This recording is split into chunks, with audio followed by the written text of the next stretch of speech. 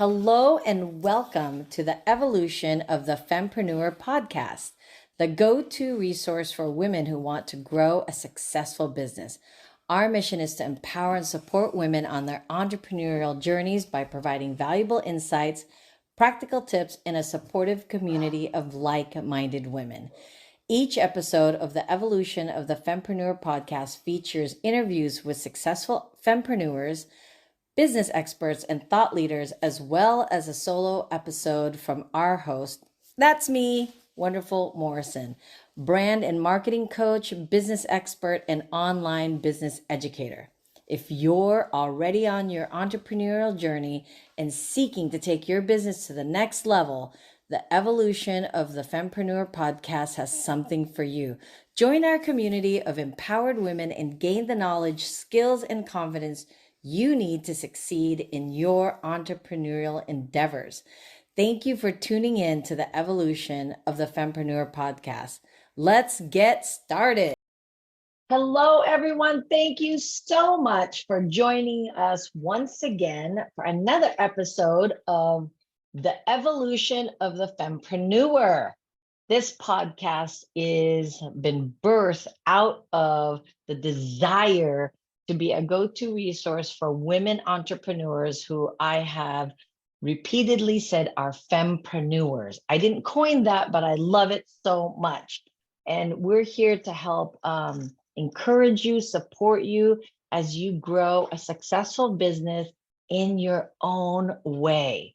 Because success is defined by every person differently, and that's where we have to go. So my goal here is to share women I know with you and their story and how they've evolved into the woman and the coach and the business owner and the entrepreneur and the CEO they are today. So without further ado, I'm going to introduce my beautiful friend, Mary Louise, and she's a health coach. And here's why I was so thrilled out of my mind when she said yes to the podcast is we met a few years ago through a networking environment, all virtual too, because it was during COVID. We've never met in person. However, her transition from when we met to now has been so fascinating to me. And I've been dying to hear her story. And when I did, I'm like, oh, we've got to talk about this because women have to know that the evolution of who we are isn't just our business, isn't just us. It's kind of a combination of both. But then how does it fit into our personal lives? Because that really does come in with this whole health thing, right? Raise your hand if you got that COVID weight gain. Me, that's me. That's right. And so it's been really a beautiful thing to be connected to people like Mary Louise, who isn't a punisher for having gained this weight through that. She walks us through non-judgmentally, through understanding that we are who we are and we have to be gentle with ourselves. And that's probably the best direction for women of a certain age, right? Because we are a women of a certain age. That's who we are. We have evolved into who we are. So without further ado, thank you so much, Mary Louise, for joining us. Please tell us your journey of your evolution to where you're at today. Wonderful. Thank you. It's such an honor to be here. I've enjoyed being part of your world over all these years and seeing your evolution too. It's so cool to have other women that are cheering for you and your success. And that's one of the things I've said too in the women entrepreneur, fempreneur world is we're all so supportive and we cheer for one another. And it's, we want everybody to be successful. And so it's such a great supportive environment for women. And because I didn't have that in school. I don't know what your experience was, but it's like, wow, this is what it feels like to, fix each other's crown, as they say, as the quote goes. So yeah, absolutely. So grateful to be here. Well, so tell us, what, was health coaching something you sat around when you were a 12-year-old Mary Louise going, I think someday I'm going to be a health coach? Or was it by divine intervention that this showed up in your life, or was there some kind of traumatic experience that kind of led you down this road? Walk us through a health coach, being a health coach. So for me, I was the child of my mother, growing up constantly dieting, doing this, doing that. And, she would feed us, like we would have a table full of food, 2 or 3 vegetables and carbs every meal, ton of food, but she was always dieting. She was never happy with her Oh. body and, always dealing with the weight thing and, Weight Watchers. And I don't know if it's, national, but Tops, Take Off Pounds Sensibly. That was a group that she was part of and would do like the weekly weigh-in. And, it was just always very much like food focused and depriving herself. And, what do the scales say and things like that. So I grew up in that type of a world of like Jane Fonda and Richard Simmons and, VHS. Man. And yes, and leg so warmers. yes. So growing up with that type of like laser focused weight, but never being happy with the weight, never being satisfied with what the scale said. And ultimately, when I was middle school age, she had gastric bypass. And what I've learned with that is so often there's not the mindset work. They do the surgery, they tell you you're not going to be able to eat, not be able to do this, not be able to do that. And so I had that experience. And so for me, like as a child, I was a chubbier kid. But then when I became a young woman, it was, I want to be thin like that, because that was the, like the message that I got Yeah, and growing that was the up. norm at home. Yeah. Yeah. And so, then I had my daughter and it was all about like, how do I be thin? How do I be skinny? And so then when I was mid-30s and she was middle school age, I, noticed that muscle definition was leaving because I was getting older and I wasn't doing anything fitness wise to work with it and maintain it. And it was like, oh, well, now I've got to figure this out. I'm shifting, and now what? And so I did Couch to 5K, which is where you go from walking to running a 5K. And found out that in the heat of summer, I was not a runner. I was never found the runner's high. And, kudos to those that do, and they love running and that's their jam, not mine. And I figured that out.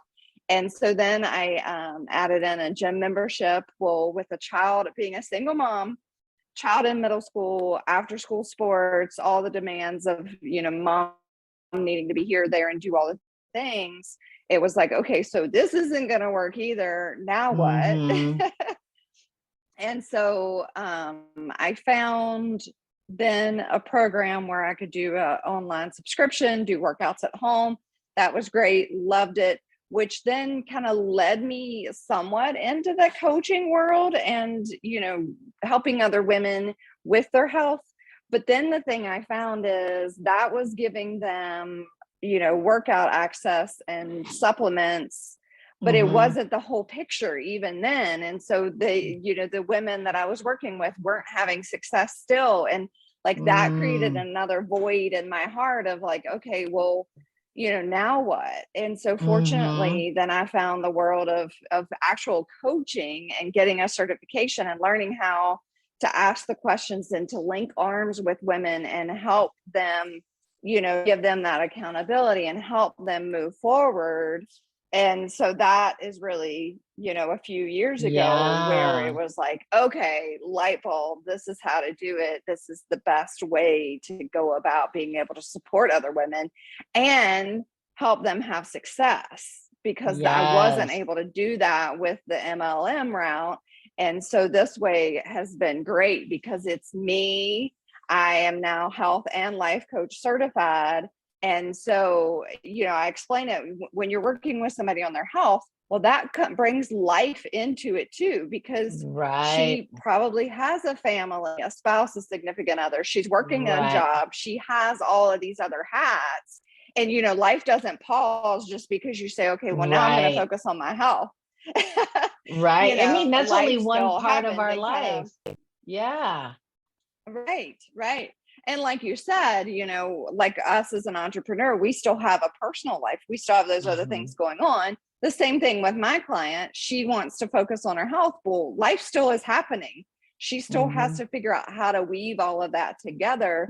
And so, it makes it really great that I can help her bring that into life. It's not separate, it's part of, and working on those tips and tricks and things that you can do to make it be successful. So yeah, it's been a wild ride from me in middle school to where I am now, but it's just so beautiful because we have those experiences so that then we can help others and we can better understand what it is that we're doing and how to best help them.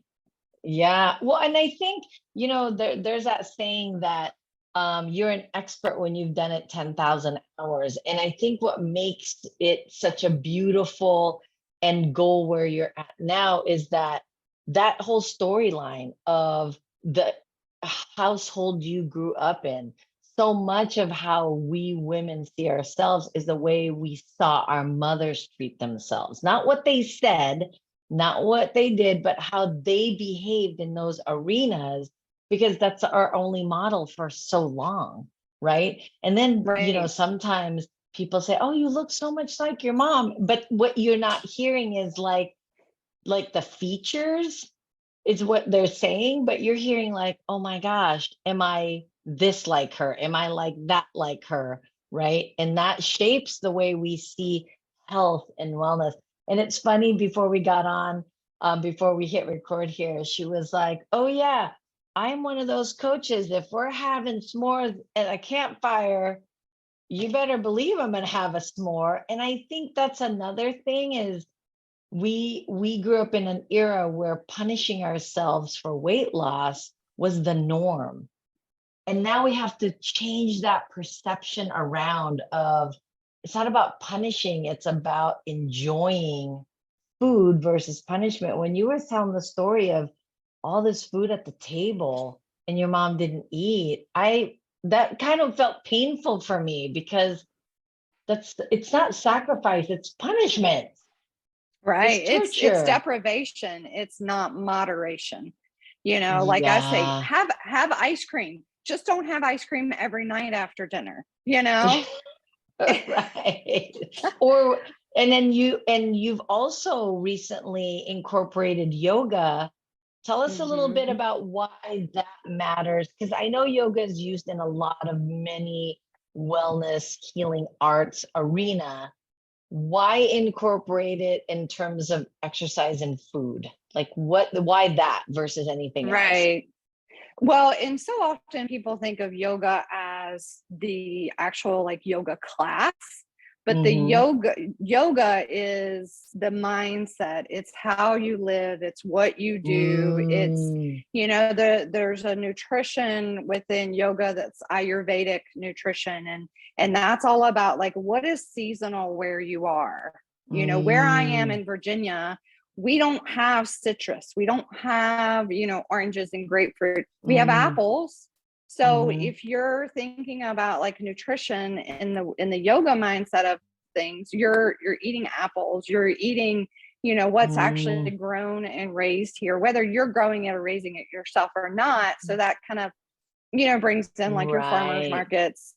The another thing with yoga is your mindset and getting out in nature and appreciating what is around you, like trees, grass, birds, and it's so big, like that presence, that mindset. And so that was part of what I really fell in love with yoga is it's not just exercise for 30 minutes. It is, starting the class with bringing yourself calm and present in the room and thinking. When I lead a class, I started with, okay, why did you carve out this hour to be here? Why is it important to you to stretch and be mobile and flexible? And it's not just I'm going to go, pump and lift weights for 30 minutes. No, it's thinking about your body and that movement and that stretching and how that feels. And working on all the different things, because so often people Right. don't realize how important balance is. Thinking about a tree Yeah. pose and balancing on one leg, so many people can't do that. Well, as you age, if you go to fall, you need that balance and you need that Right. ability to catch yourself, or you're going to fall and break a hip, break a leg. If you try to Right. catch yourself, you're going to break your arm. Whereas if you've done that balance work, then you can kind of like settle yourself and catch yourself, versus Hmm. if you hadn't otherwise. And so that to me is the bigger picture of yoga. And I always end my classes with a shavasana, where we do body gratitude and thinking about the different parts of the body, and being grateful for what that part of the body does for you.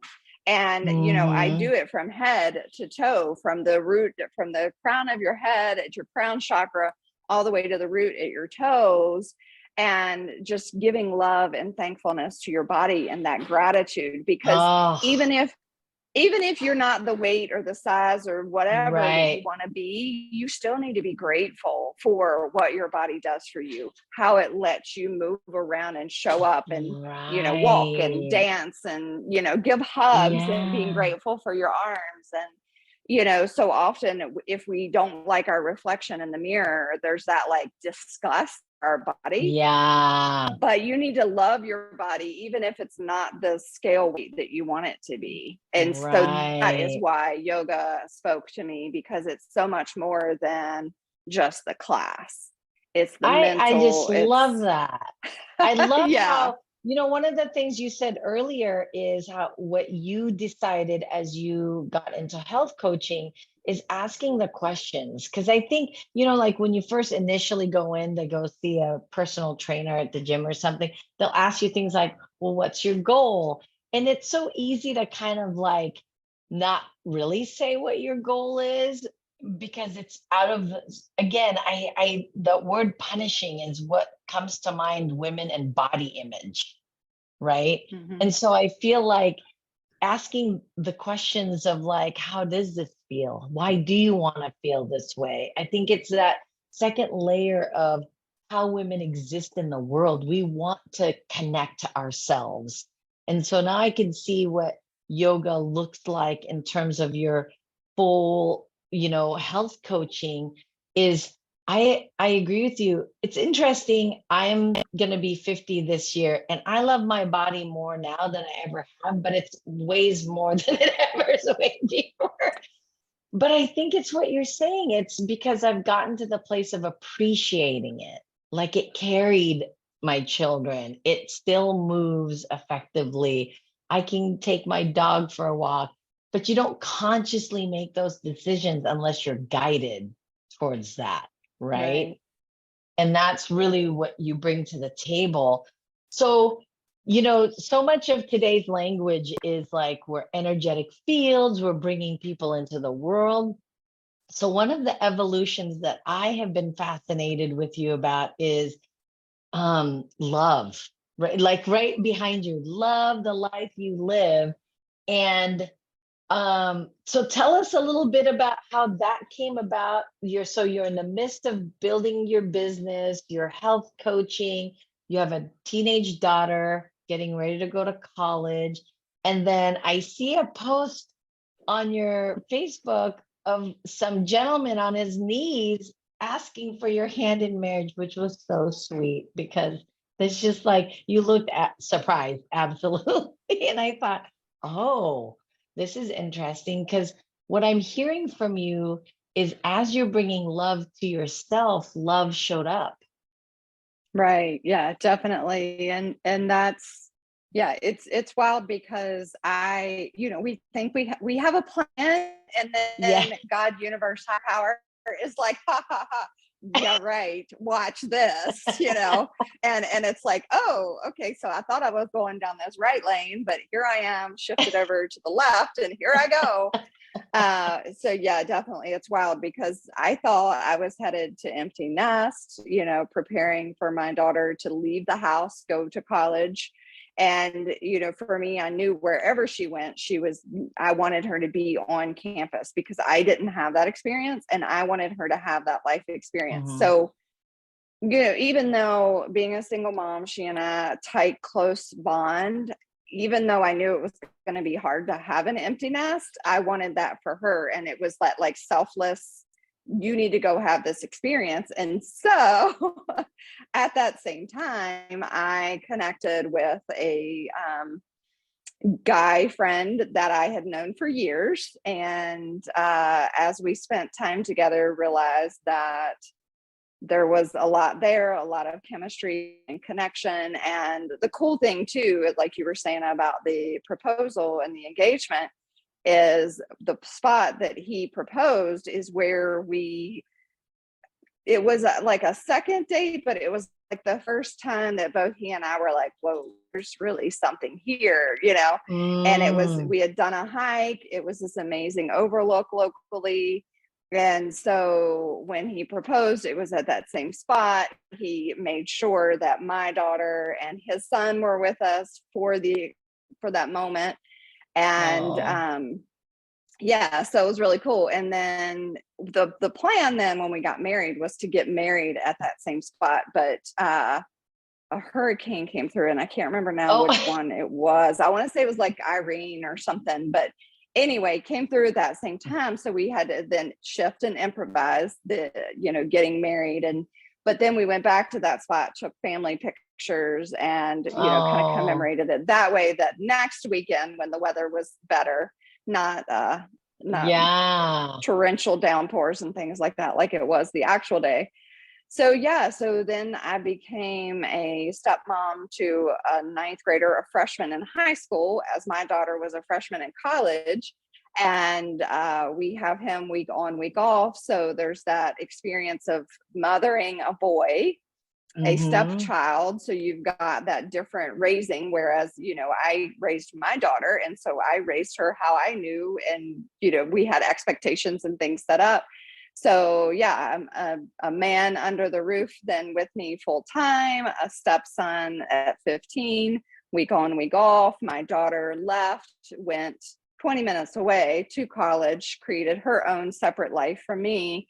And so, this past year your couple months, it has been a whirlwind, but it's that constant, That's so amazing, shifting and going, okay, so this is what we're doing now. This is what life looks like now, you know?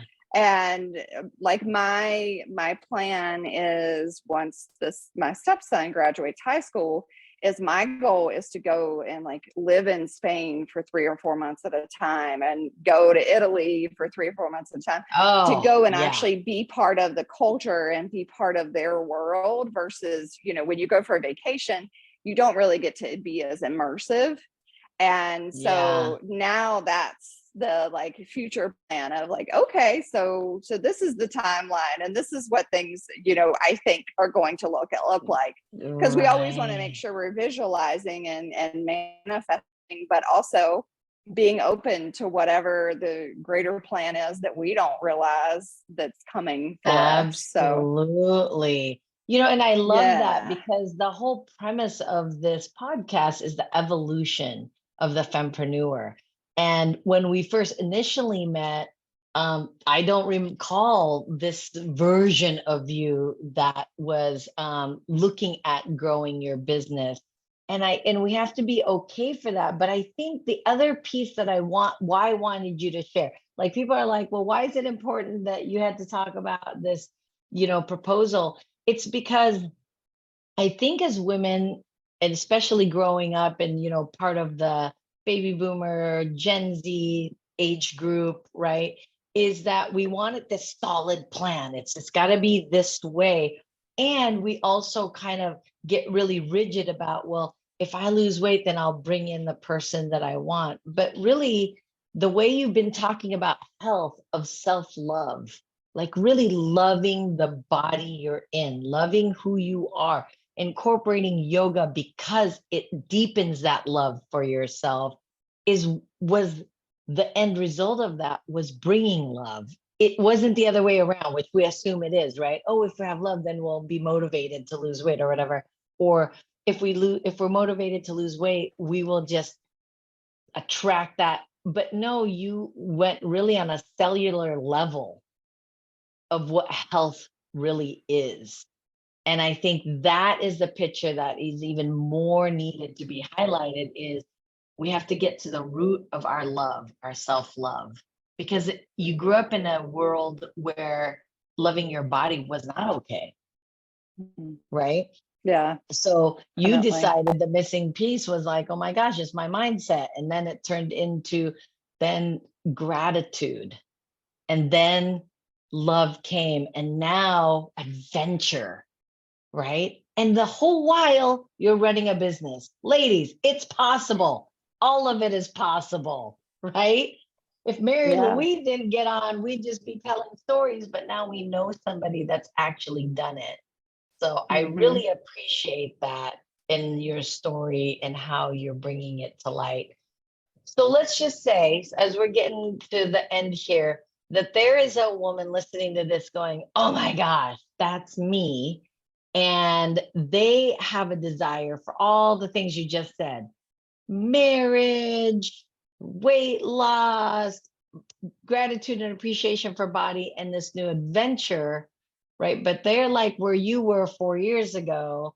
What would you advise them as the first step to take to get there, to realize that dream?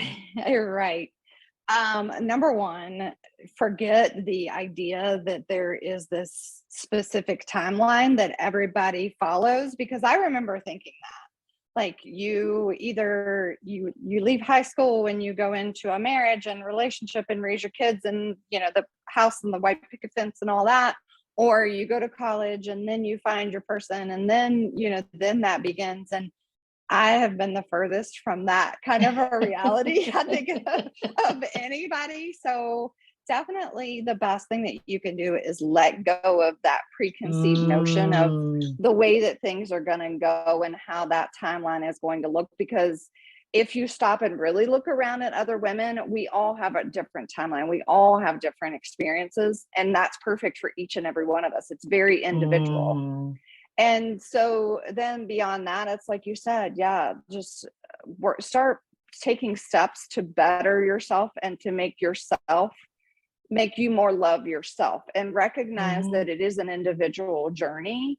And whatever that is, whatever that looks like for you, that's what's best. Because, you know, when you think about nutrition, so many people have either heard of keto and what it did for somebody else, or they had success when they stopped like living that rigid regimented diet.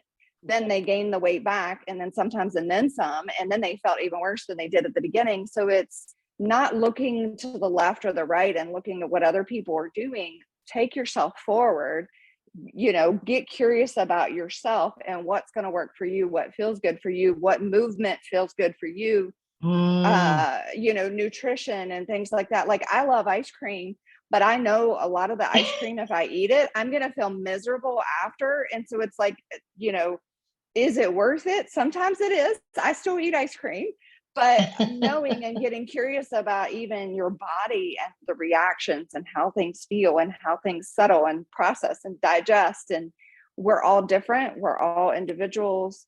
And just being curious about what works for you and feels good for you. And yeah, like you said, as you fall more in love with yourself, your body's going to respond to that. And then, you know, our higher power is then going to bring things in, right? Whether it's love, whether it's opportunity, you know, whatever, travel experiences, whatever, then that's going to come in. But it happens when you get to that place of, you know, feeling good in yourself as yourself, and those things, those ahas continue to happen. So amen. It's a wild ride, but it's a great journey. And yeah, as you said, as we get older, it's like, oh, dang, you know, I love my body. I appreciate my body. And, you know, and when you feel better from better nutrition, let's say, you want more of that.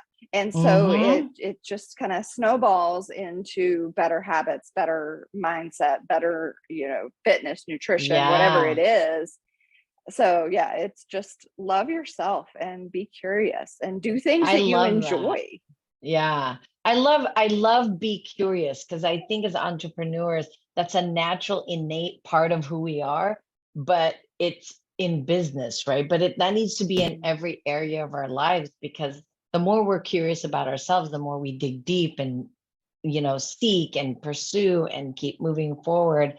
Well, I just am like seeing my whole weight loss journey completely differently just from this conversation. And I even want to retract that my health journey completely differently. I have been on the kick of loving myself for a minute, but I think that brings it to full scope of like, I was telling the story to Mary Louise that I had an exchange of services with someone where a client wanted to trade my services for their Peloton. And I said, yes, but now and the Peloton's painful. Oh, but now I'm going to see it differently because it's more about appreciating the fact that I can get on it and loving myself even more. Because I don't have to do the whole 20 minutes. I don't even have to do an hour, but 10 minutes is still loving myself no matter what.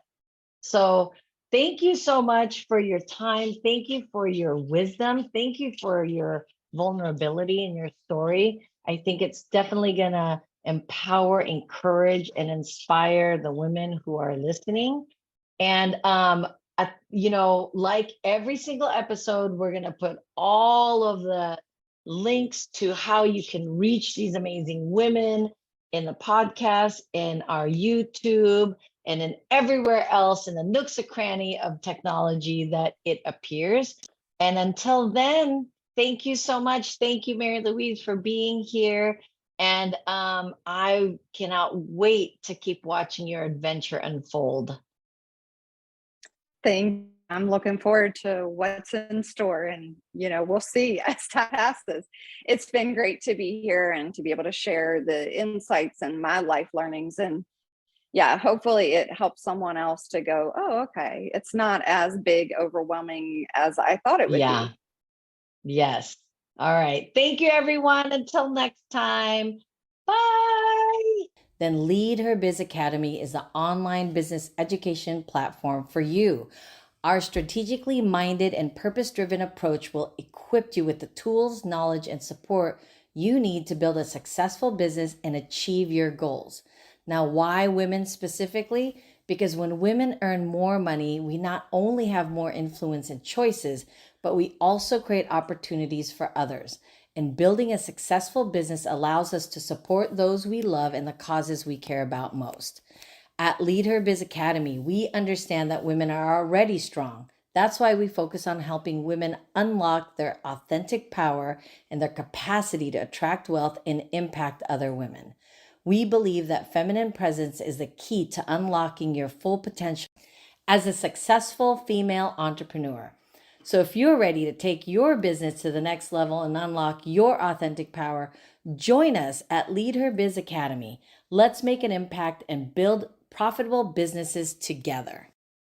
Thank you for tuning in to the Evolution of the Fempreneur podcast, where we empower and support women on their entrepreneurial journeys. We hope you found value in today's episode and feel inspired to take action towards your goals.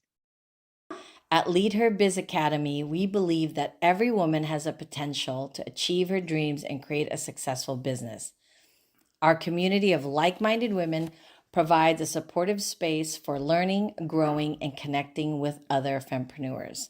If you're already on your entrepreneurial journey and seeking to take your business to the next level, consider joining Lead Her Biz Academy today.